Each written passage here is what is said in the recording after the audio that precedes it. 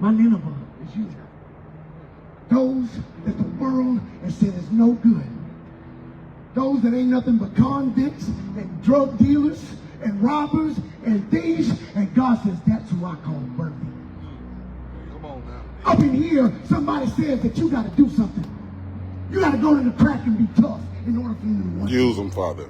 You got to earn They should go to your value to these men. Yes, God says, I don't care about none of that. I give you value before any of these men ever met you. Yes. Yes. Before you ever did anything for anybody, God said that you were worthy and I gave you identity. And if you ain't walking in it, you're walking in a false sense of value.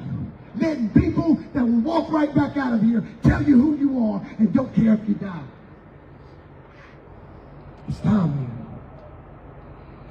This man had been laying there for 38 years. You ever been behind a wall trying to get healed by things that never could heal you? You think time is healing you? You think feeling sorry for what you've done is healing you? You can be in a place, but if you ain't met the person, there's no change. This man, Jesus walked up and said, hey, would you like to be healed? He says, I can't. Nobody will help me over there. He's talking to God. And here, behind these places, he thought these physical things was going to heal him. He thought the time there. He had been there 38 years. Some of us done did probably 38 years. Over and over and over. This, you like the Israelites in the desert, they walked 11-day journey. It was supposed to be 11 days to the promised land. You're supposed to just mess up that one time and go home and promise them no more. But you went back and you went 11-day journey and you've been for 40 years like the Israelite, walking around blind because you don't know who you are and you're afraid to stand up and tell somebody, I'm a child of God over what you say about me. Who are you, fellas? I'm going to ask you that today. Who are you? That's right. It ain't what you do. What you do is not who you are. Amen.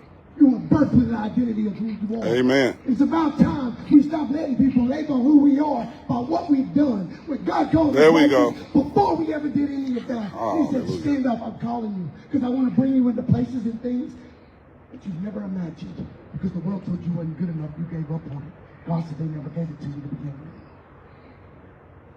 He said, pick up your mat and follow after me. Pick up your mat. I'm telling you, men, to pick up your mat. Stop thinking time is going to heal you. Stop thinking you, but facilities is going to heal you behind these walls. How many are repeat offenders? Did it work? But an encounter with Jesus works. Yes, yes, yes. I'm telling you, you did before God today and say, I'm ready to die.